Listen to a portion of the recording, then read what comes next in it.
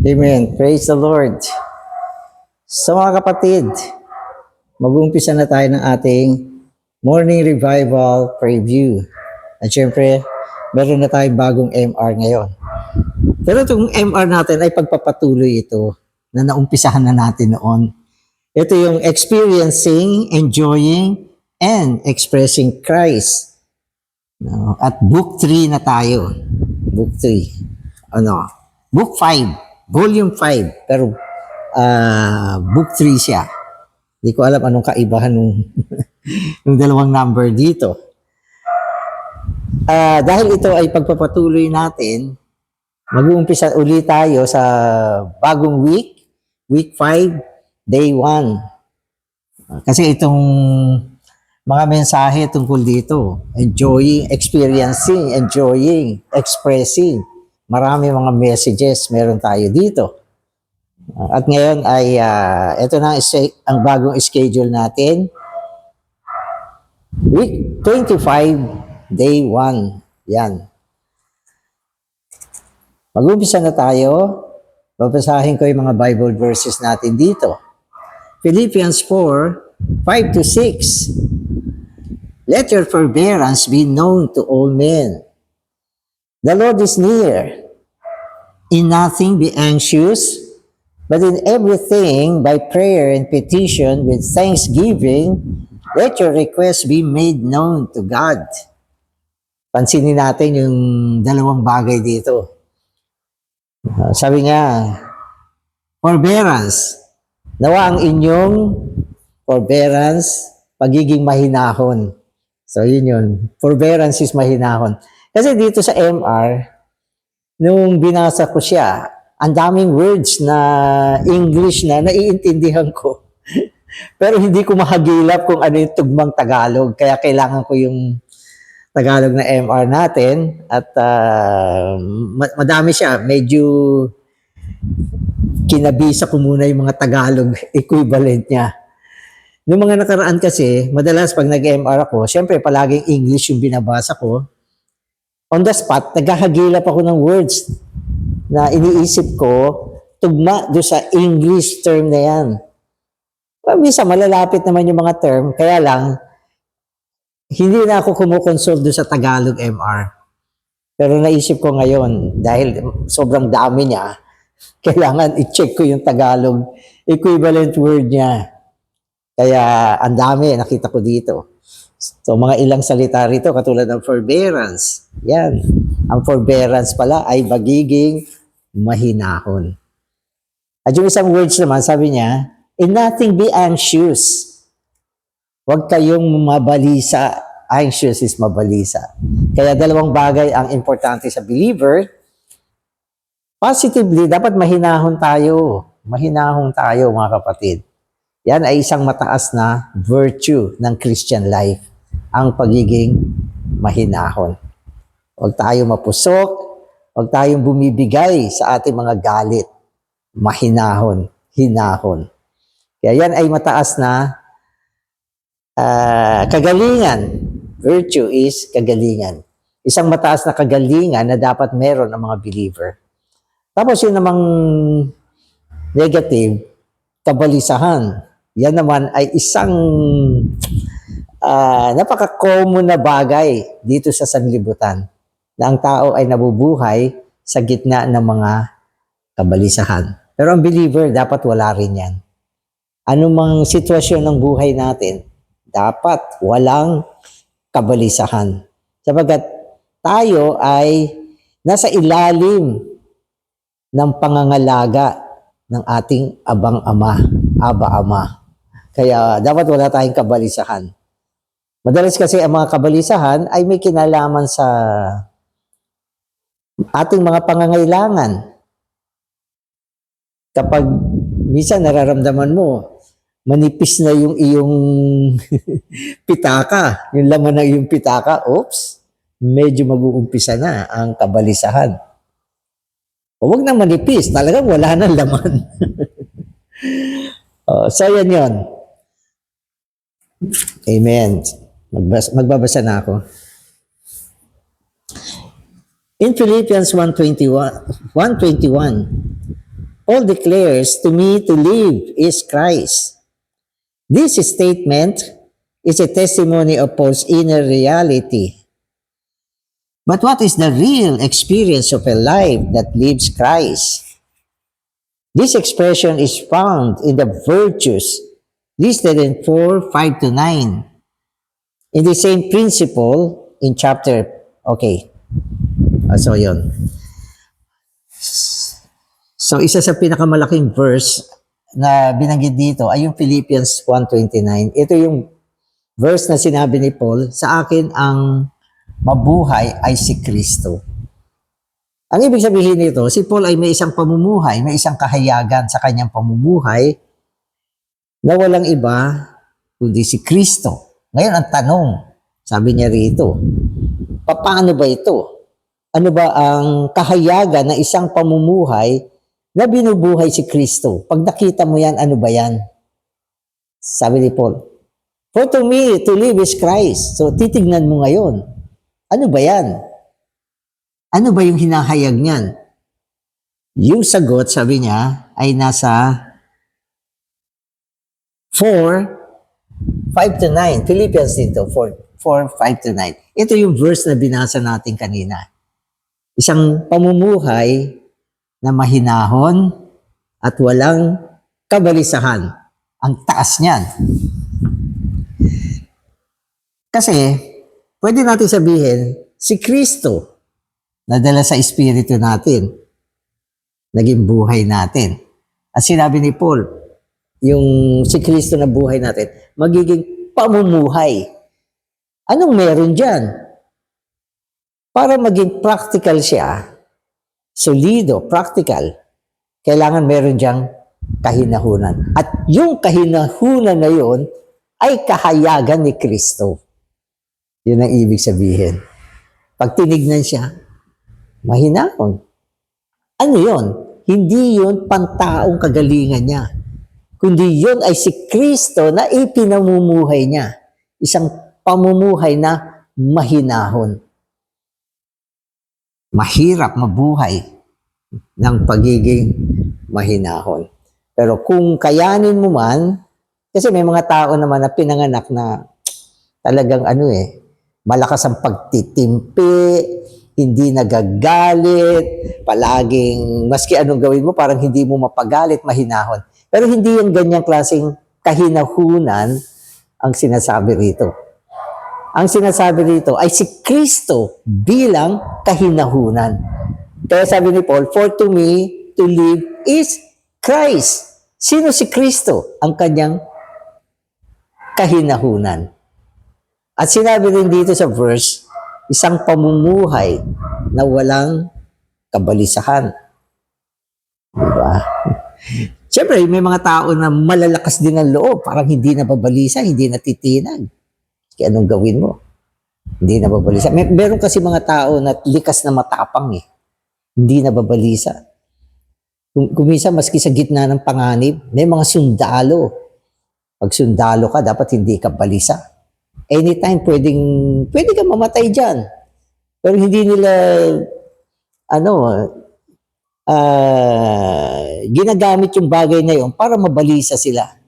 Matibay. Pero hindi din yan ang kabalisahan na sinasabi rito.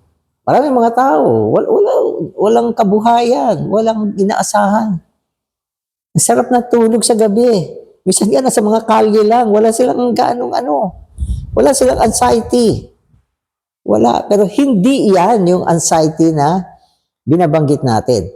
Ang walang kabalisahan dito, walang anxiety, ay si Kristo rin. Isang pamumuhay na si Kristo mismo. O di ba kung naalala ninyo sa gospel, sabi ng Panginoon, ang nagbibigay ng pagkain doon sa mga ibon, yung mga sparrow, ay ang Ama. At tapos dumaling siya, bakit kayo mababalisa? Kung yung mga ibon pinapakain ng Diyos, kayo pa kaya ng mga anak, dapat huwag kayo mabalisa. Paano mo tutugunan yan? Dapat tugunan mo yan sa pamamagitan ni Kristo Si Kristo na isang pamumuhay ng walang kabalisahan. So yun yung ibig sabihin ng for to me, to live is Christ. So dalawang item ang binigyan ng diin dito. Amen. Amen. In the same principle, in chapter 2, Paul sets forth Christ as our pattern. What will be the expression of a life that lives according to this pattern? The expression is in 4:5 to 9. So yun yung sinasabi natin. Yung expression diyan sa chapter 4:5 to 9 ay si Kristo bilang ating huwaran. Pattern siya. Isang pamumuhay na kinukuha si Kristo bilang isang huwaran. Yung Christian life, hindi tayo nagbubunga ng mga kagalingan mula sa ating natural na buhay. Kasi kaya lang minsan may mga nagsasabi, lakasan mo yung loob mo, huwag kang ganyan. Huwag kang matakot, huwag kang ganyan. So hindi, yung mga salitang yun, minsan, nakakatulong o hindi nakakatulong, pero wala yun. Wala yun. Ano ba ang dapat sabihin? Si Kristo ay ibuhay mo, siya ay maging pamumuhay mo ng kahinahunan. Si Kristo ang ibuhay mo upang siya ay maging pamumuhay mo ng pamumuhay na walang kabalisahan. Yun ang ibig sabihin na kinukuha mo si Kristo bilang pattern. Pattern. Kasi pag pattern, ang ibig sabihin nito, siya ang kinuha mo para maging buhay mo. Yan yung pattern. Hindi ka nagbubunga o nagpuproduce ng isang pamumuhay na hindi si Kristo. Amen. So yan yung pattern, sabi niya. The expression in 4:5 to 9, the same is true with respect to Paul's word in chapter 3 concerning counting all things as loss, even refuse in order to gain Christ. What kind of expression will there be in a person's life if that one condemns philosophy, rejects culture, renounces religion, counting them as refuse in order to gain Christ? Again, the expression is seen in 4:5 to 9. Hindi ko alam kung naintindihan nyo ito. Ganito siya. Si Paul kasi, bago siya na-convert, siya ay isang religionista. Judaizer yan eh. Ang kanyang lumang relihiyon ay ang Judaism. At ang Judaism ay na-establish mula sa Old Testament. At yung kanilang mga pillar ay mga biblical thing na binigay din naman ng Diyos sa lumang tipan. Katulad ng law. Di ba? Galing sa Diyos yan.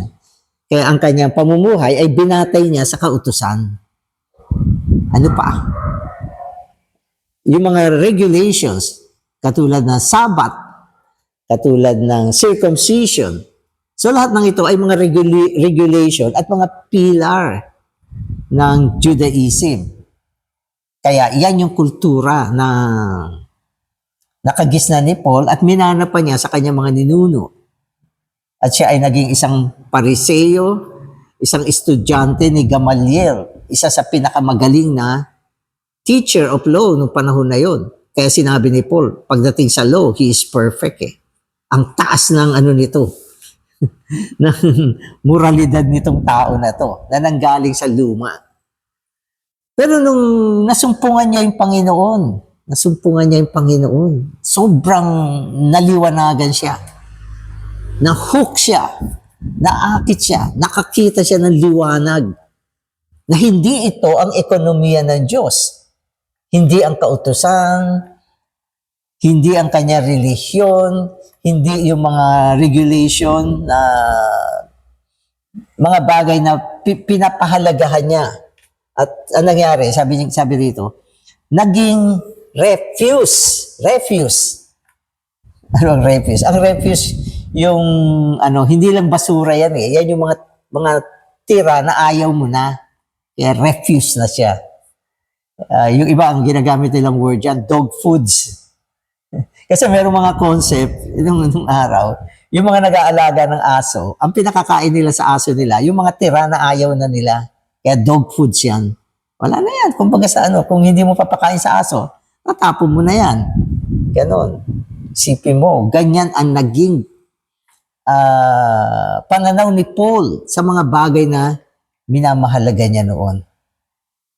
Ngayon, sabi niya, ang tanong niya, ano ang magiging pamumuhay mo kung tinakwil mo ang mga bagay na ito? Halimbawa, ang isang tao, tinakwil niya ang philosophy. Alam niyo ba ano ang philosophy? Ang philosophy ay mga pagtuturo na nanggaling sa mga karunungan ng mga philosophers. Mataas ang karunungan nito. Parang yung mga teaching ni Confucius. At kung nabuhay ka sa mga pagtuturo ng philosophers, ang taas ng morality mo.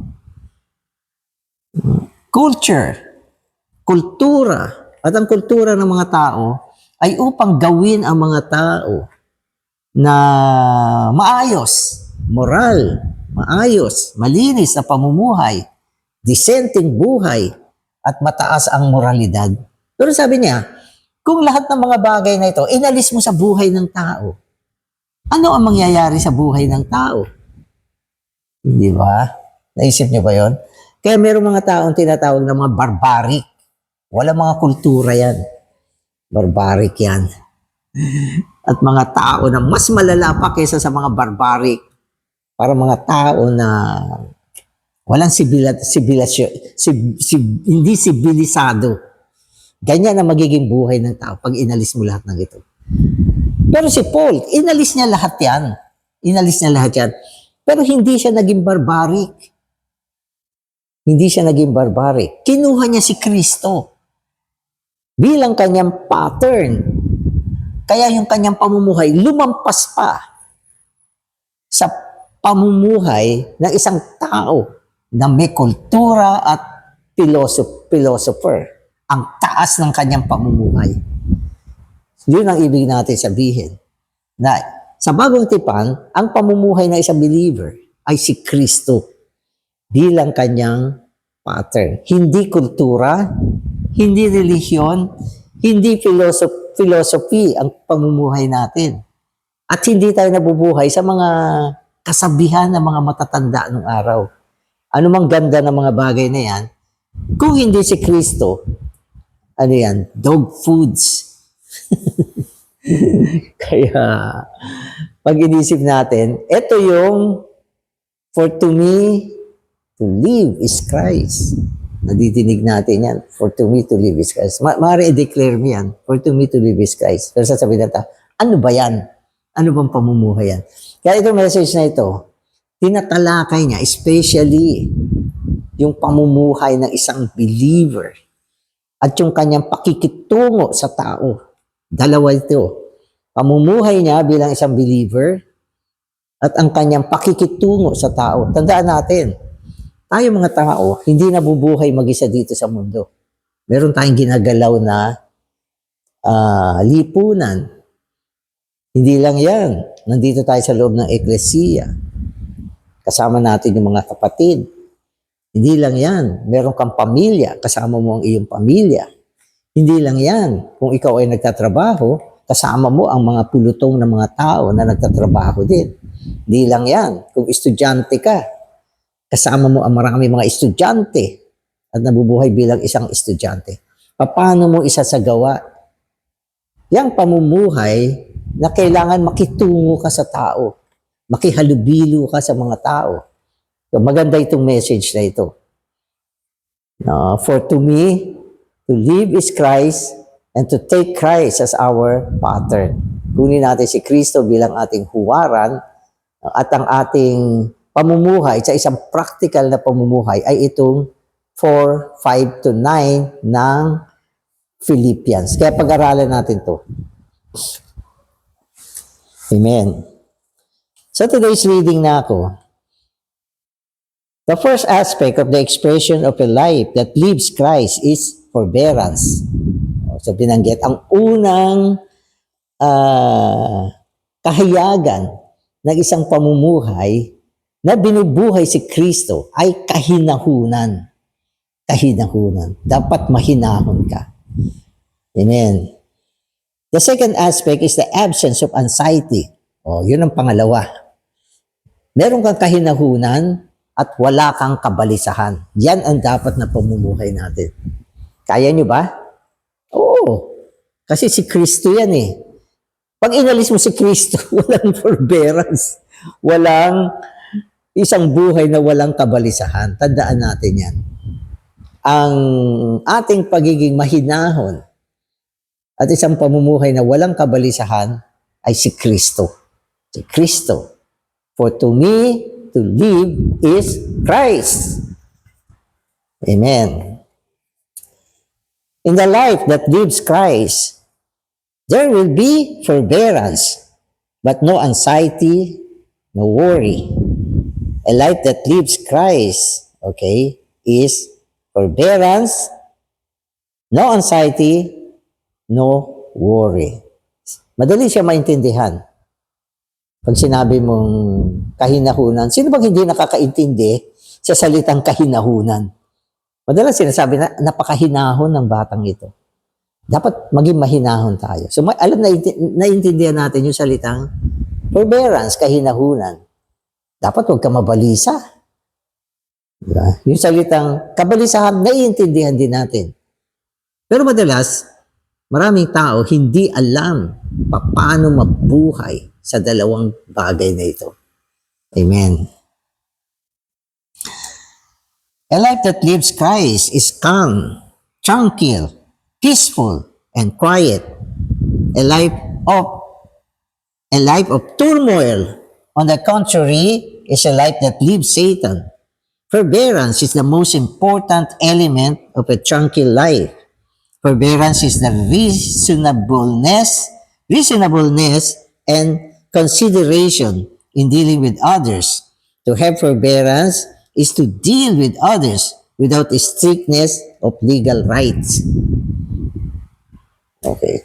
So, ito na yung sinasabi ko, mga term na medyo hinahanap ko sa, sa Tagalog translation natin. So, una sinabi niya, yung pamumuhay natin dapat kang ang kalmadong pamumuhay ay isang pamumuhay na calm is panatag. Yan, tama naman, di ba? So, checkin nyo dyan sa Tagalog. Dapat daw panatag yung buhay natin. Kalmado siya.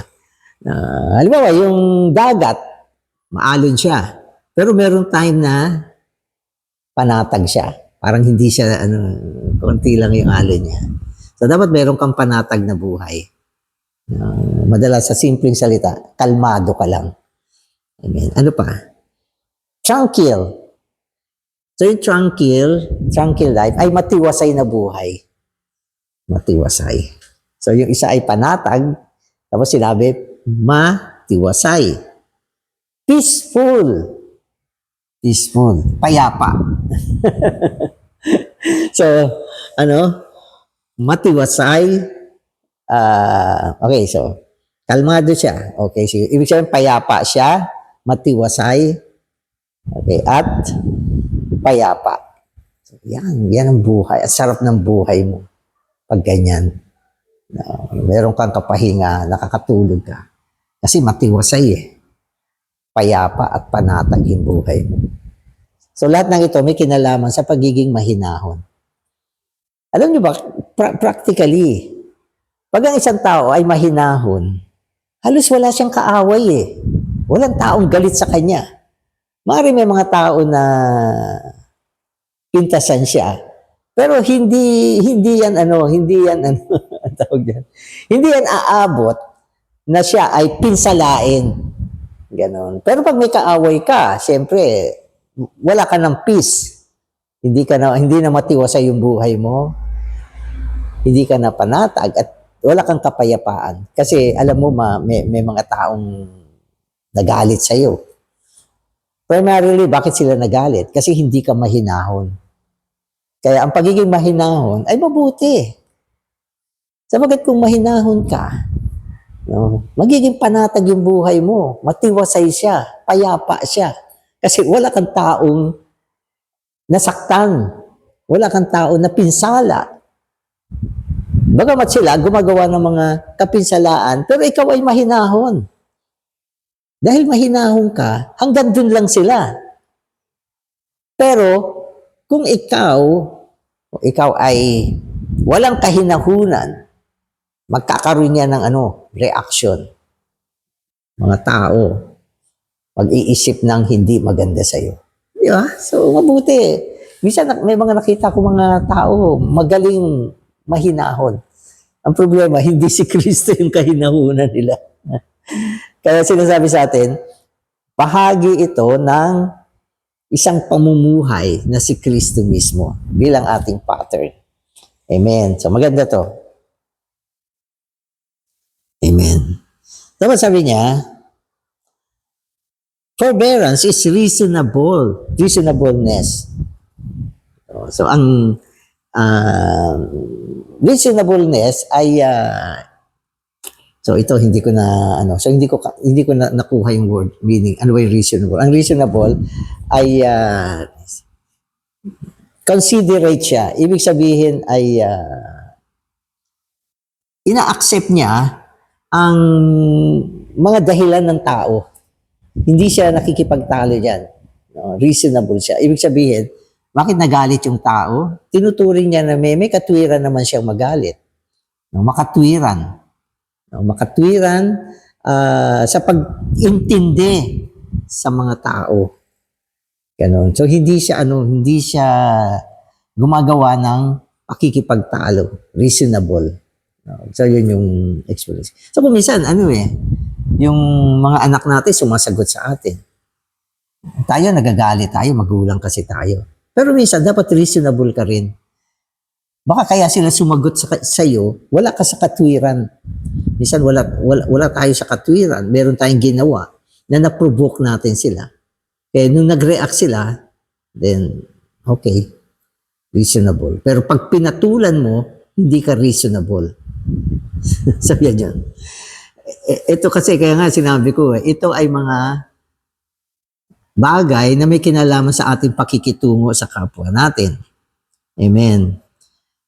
And consideration. So, ibig sabihin, nagpapaubaya ka.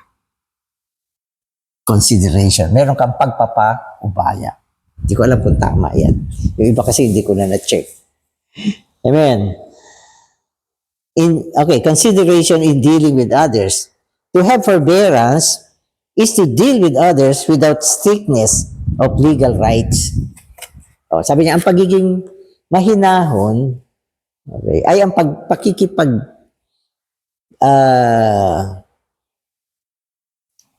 pakikipag-ugnay sa tao na hindi mo pinaglalaban yung iyong karapatan. Kasi madalas yung karapatan natin, ito ay nagsasanhi ng pagpupumilit sa isang bagay na iniisip mong legal. Bibigyan ko kayo ng halimbawa.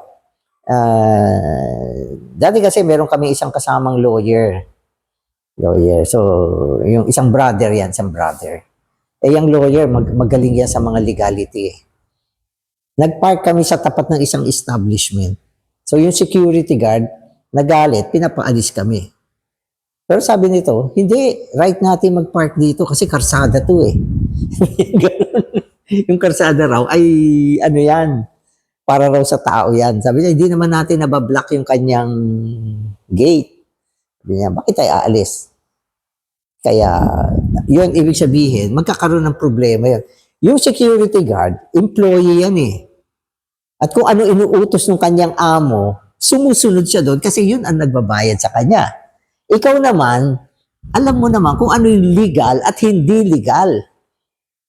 Kaya, ano mangyayari dyan? Magkakaroon kayo ng enkwentro. Kaya ang sinasabi, ang pagiging mahinahon, hindi mo pinipilit yung legal rights mo. Pagbigyan mo na. Ang dami naman lugar na pwede mong parkingan eh. Sabi nung, hindi kayo pwede mag-park dyan. Ay, hindi ba? Thank you. Sige, lipat na lang ako. Solve. Kaya lang, kung wala kang Kristo, hindi mo kaya yan. Talagang, lalo pa kung may mga kasama ka, magpapaandar ka. Hindi tayo papayag sa ganyan. Magpapakitang gilas ka. So, hindi yan Christian, hindi yan Christian life. Katulad ngayon, yung mga taong nagiging marahas sa mga pag-aaklas. Yung mga ganyan tao, kuminsan, kaya nila ginagawa yan, iniisip nila, meron silang karapatan na gawin yan. Kaya ang gulo ng mundo. Okay, so, tinatalakay ko to, hindi rin ako makikipagtalo, kasi sapagkat kung maging ito, pwede natin pagtalunan ito. Ganon. Kaya lang, wala akong katalo ngayon dito, nag-iisa kasi ako.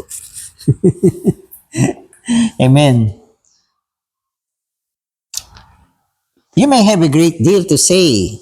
Okay, so nasa na ako? Okay, so tama ito. Forbearance includes patience, moderation. Okay, so ang patience, alam natin pagtitiis. Moderation is pagtitimpi. Pagtitiis, pagtitimpi. Mahirap magtiis, mahirap magtimpi. Lalo na kung feeling mo ay inaapi ka at feeling mo ay inaargabyado ka. Kaya, pero itong pagtitiis, pagtitimpi, kasama to sa Christian virtue. Kasama ito sa Christian virtue. Kaya nga sinasabi natin, yung mga bagay na imposible magawa ng mga tao ay talagang hindi nila magagawa. Pero kung may Kristo ka, lahat ng bagay pwede mong gawin.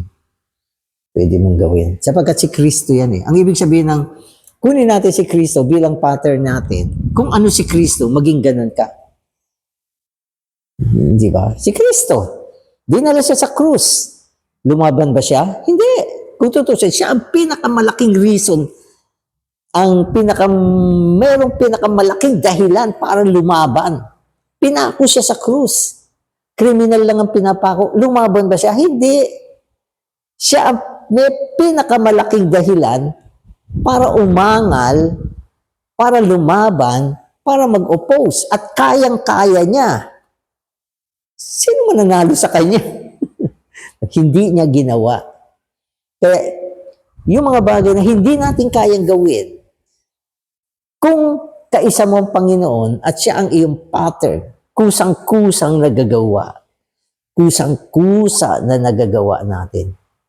Kaya sinasabi rito, dapat moderate tayo at may patience tayo. Saan ka man pumunta ngayon, mga kapatid? Kung dala-dala mo yan, kung dala-dala mo yung pagiging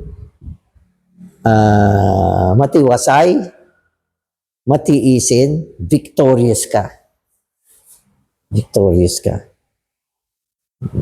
Yan yung ibig sabihin. Kaya mong lumaban, hindi mo ginagawa. Kasi si Kristo ang iyong pattern. Kasi siya ang iyong pamumuhay. So, yan yung ibig sabihin nito. Amen. So, patience and moderation. Mapagtiis, matiwasay na tao. Amen. In dealing with others, and will not say anything in response to provocation or irritation. Kumisan, nagtiis ka nga eh. Nagtiis ka. At naging matiwasay ka. Ibig sabihin hindi ka nag-react doon.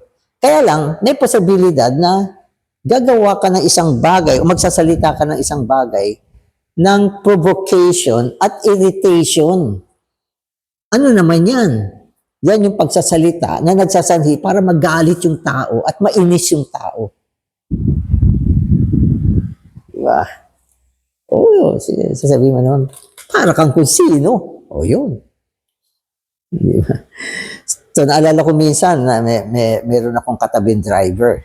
Sa ibang lugar nangyari yan. Umaatras kami sa gate, lumalabas kami, hindi siya pinagbigyan. Sumigaw siya. Sinigawan niya yung driver.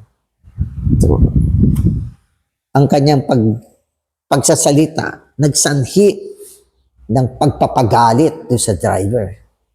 At nagsanhi ng pagkainis sa kanya. Imbis na pinabayan na lang niya, wala na sana. Hintay ako nakalampas, di tsaka kami umatras. Pero hindi eh. Sumigaw siya eh. Parang sabi, nakikita mo na umaatras kami eh. Ang talas pala ng tenga nung tao na nandoon. Nakasara pa yung bintana, pero siguro ang lakas yung sigaw niya kasi kami ay nakasakay sa isang sasakyan na walang aircon, nakabukas yung aming, wala ba kaming aircon nun? Hindi, meron din, pero meron din, nadinig pa rin ha. Oo, nadinig pa din. Ang lakas ng boses nitong brother na kasama ko.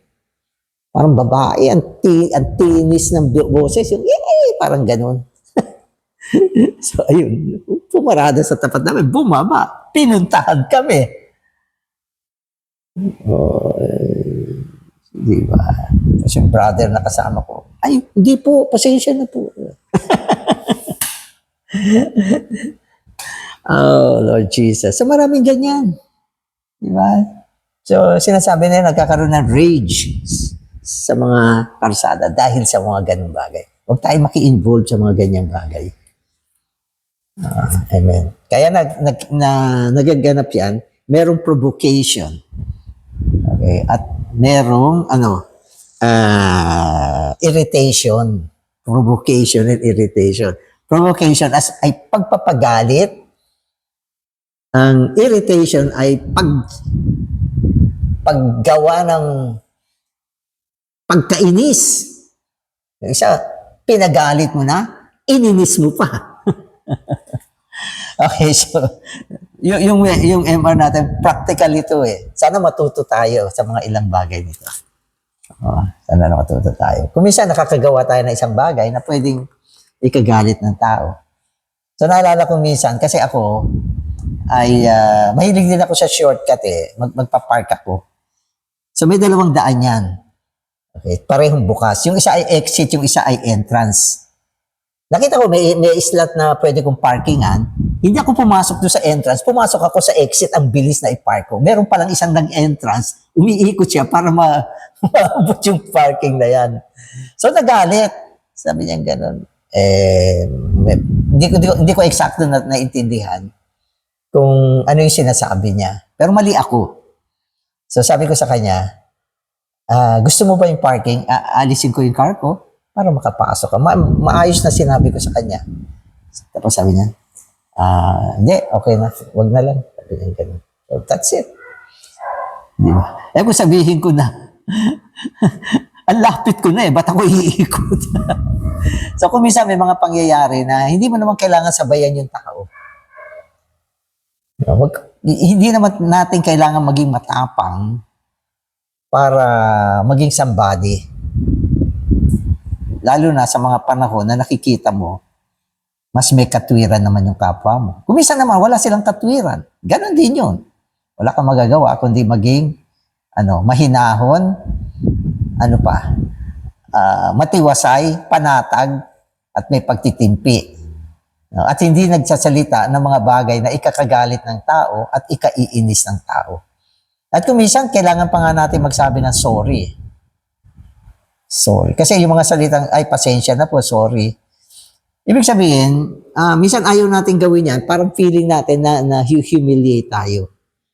Pero kung minsan, nakakapagpayapa din ito sa mga tao na nakaka-enkwentro natin. Maski sa church, maski sa di ba sabi nga, maski sa asawa mo, dapat mag-sorry ka. No? Sorry. Maski sa anak mo, kailangan mag-sorry ka din kung alam mo mali ka. So, ganyan dapat yung character natin. Amen. Okay, so, suppose a group of sisters live together, the most precious sisters will be the one who is the most forbearing. Forbearing is mapagpasensya. Mapagpasensya. So, hindi ko rin na-check ito. So, tingnan niyo kung tama yung Tagalog ko. Okay.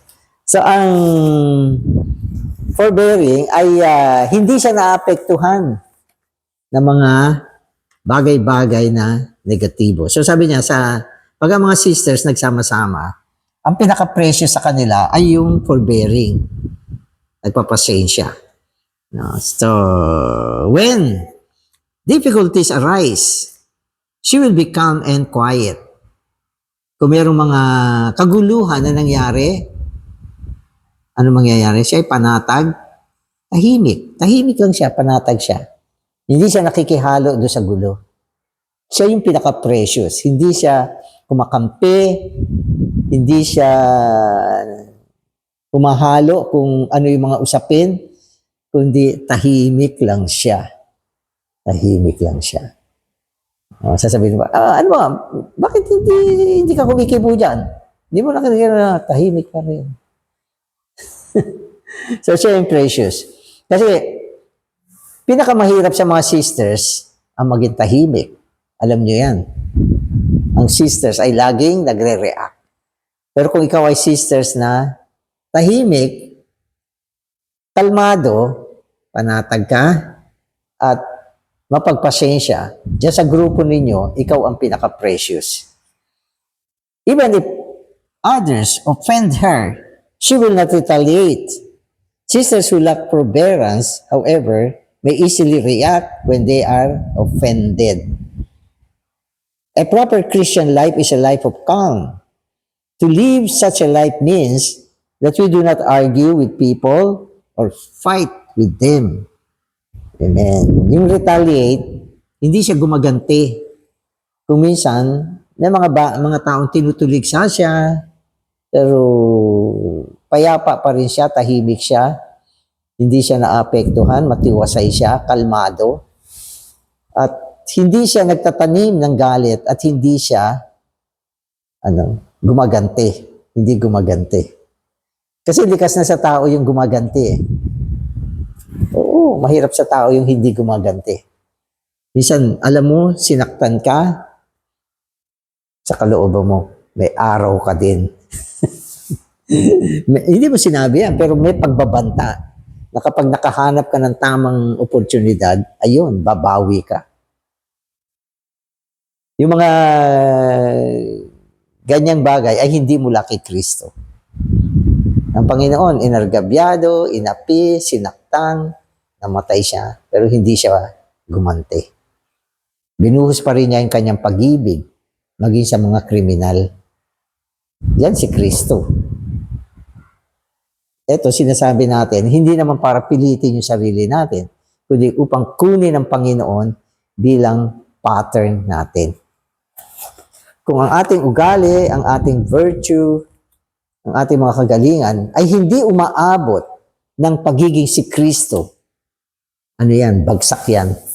Mababa yan. Maski naging matagumpay ka, nakapagpasensya ako ngayon. Ang tanong, si Kristo ba yun? O baka ginawa mo lang yung pasensya mo. Yan ang ibig sabihin nito. Kaya nag-umpisa siya sa verse na, for to me to live is Christ. Si Christ pa rin ang mahalagang maging virtue natin. Amen. Amen. So forbearance is versus selfish ambition and vainglory. So dalawa na naman bagay na binanggit dito. Selfish ambition, makasariling ambisyon. Vainglory, pagmamalaki. O yan, nakuha ko yan. Tama yan, sigurado ako. Two negative things mentioned by Paul. Forbearance is also opposed to murmurings and reasonings. Pagbubulong-bulong, murmurings. Reasonings, pangangatwiran. Tama din yan. Amen. Whenever we have selfish ambition, vainglory, murmurings, and reasonings, there is no calm, no tranquility, no forbearance. So, apat na bagay ito na binanggit sa atin. No? Kapag nandito yung makasariling ambisyon, mapagmalaki, nagmamalaki, nagbubulong-bulong, palagi nangangatwiran. No? Ito ay walang panatag, kapanatagan, walang pagiging matiwasay, walang forbearance, walang kahinahunan. Kaya matuto tayo Matuto tayo. Kuminsan kasi, lalo pag may edad na tayo, na ihubog na yung karakter sa atin kasi pag may edad ka na, mahirap nang baguhin yung ugali. Mahirap siya. Kasi mula kabataan, na-establish na sa'yo yan eh. Hindi ka nagpapa-argabyado. Bata ka pa, sinet mo na, hindi ako magpapa-argabyado. Mangangatwiran ako pag meron akong reason o pag ako ay nasa katwiran, laban ako, maghihimagsik ako. Lahat itong mga kaugalian na ito, na-built na sa atin to. Pero isang araw, na-save ka.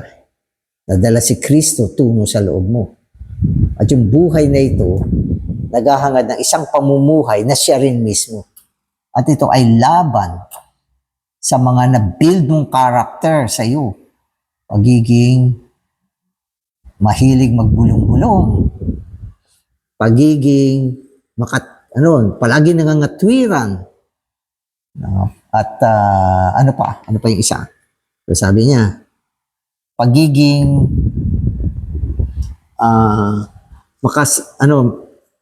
pagkakaroon ng makasariling ambisyon at nagmamalaki. Eto, na-build na yan. Sinong taong hindi ganyan sa mundo? Nakakita na ba kayo? Nakakita na ba kayo ng hindi nagbubulong-bulong? Hindi nangangatwiran. Taong walang personal na ambisyon? Nakakita na kayo niyan? At hindi nagmamalaki. Mahirap yan. Mahirap maghanap ng ganyan. Maski na isang tao na mababa siya, meron pa rin siyang ipagmamalaki.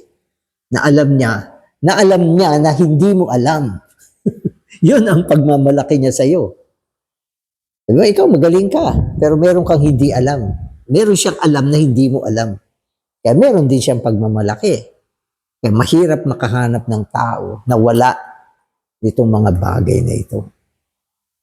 Isa lang ang hindi ganyan, si Kristo lang.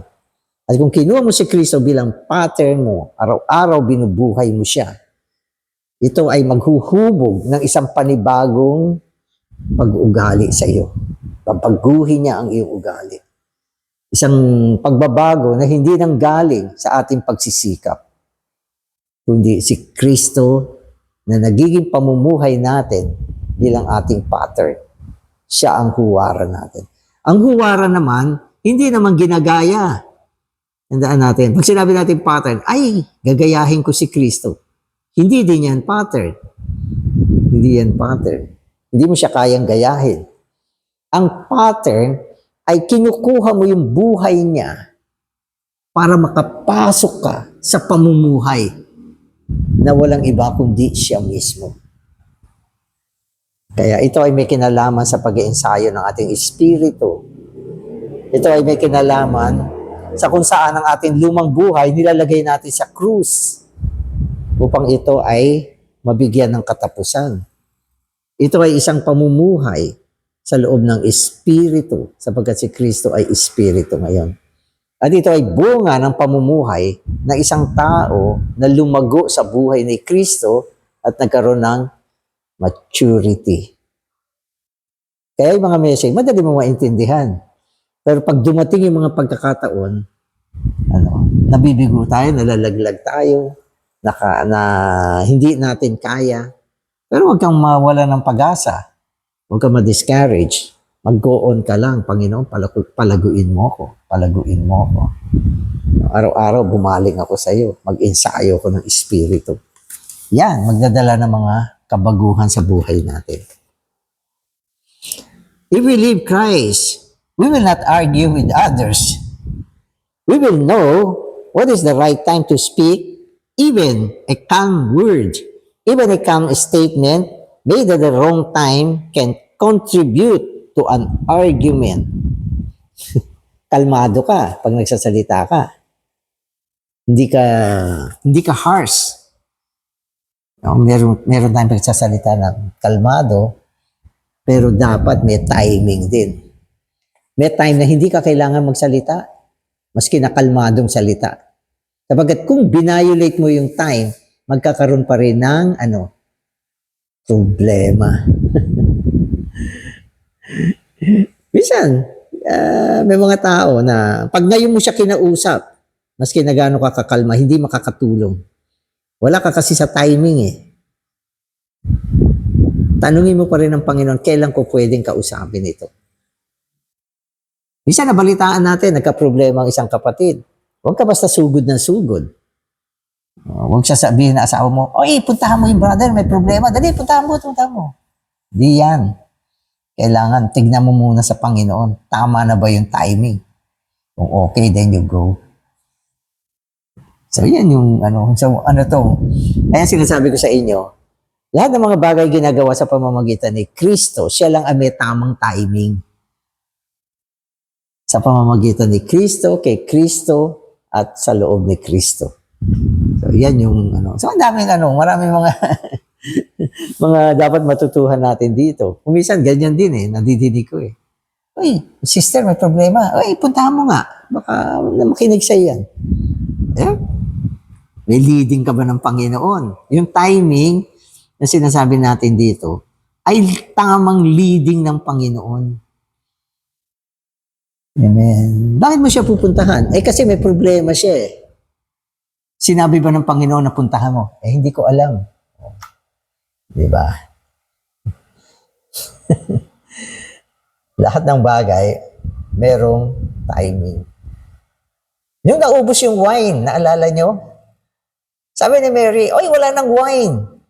Ano sabi ng Panginoon? Babae. Ibig sabihin ng Panginoon, huwag mo ko utusan. Meron siyang tamang oras. Nung namatay si Lazarus, hindi pa pumunta ang Panginoon. Dinantay pa niya na malibing si Lazarus.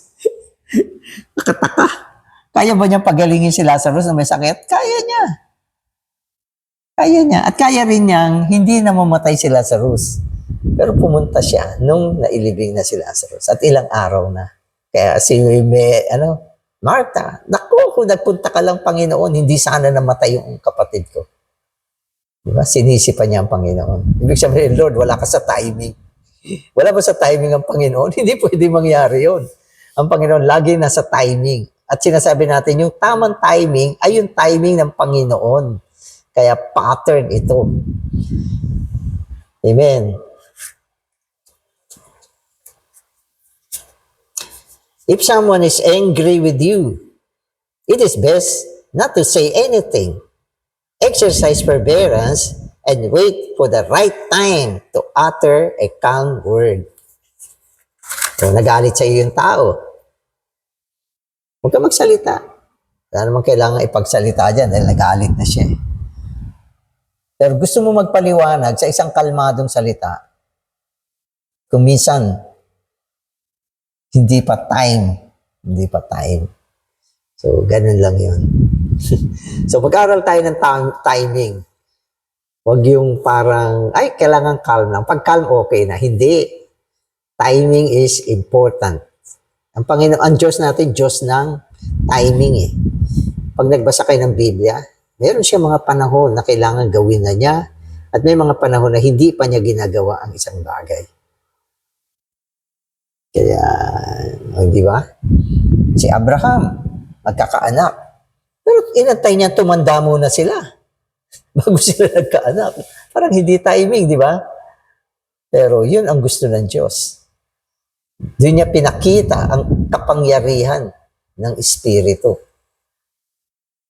Kaya maniwala tayo na lahat ng bagay ay may tamang kapanahunan. Nananalangin ka. Tama yan, manalangin ka.